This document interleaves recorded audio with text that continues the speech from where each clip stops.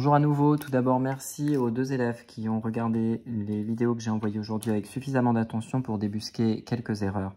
Dans l'exercice 10, la valeur du vecteur vitesse est évidemment en mètres par seconde et non en newton comme je l'avais annoncé en début de vidéo. Dans l'exercice ensuite 21, une grossière erreur s'est glissée dans le corrigé que je vous ai adressé puisque l'armature positive était celle qui était en haut, ce que j'avais indiqué correctement, et l'armature négative en bas. Ce que je n'ai pas indiqué correctement, c'est que le champ électrostatique va dans le sens des potentiels décroissants, c'est-à-dire vers le bas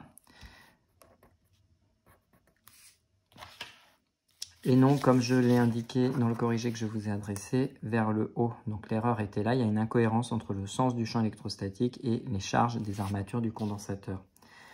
Une fois que cette correction est effectuée, la charge Q positive arrive toujours dans cette zone où règne un champ électrostatique avec un vecteur vitesse initiale horizontal.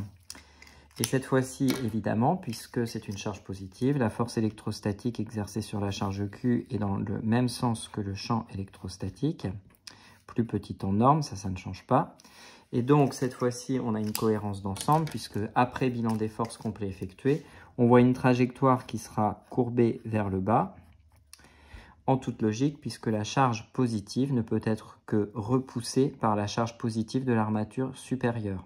Et inversement, elle ne peut être qu'attirée par la charge négative de l'armature inférieure.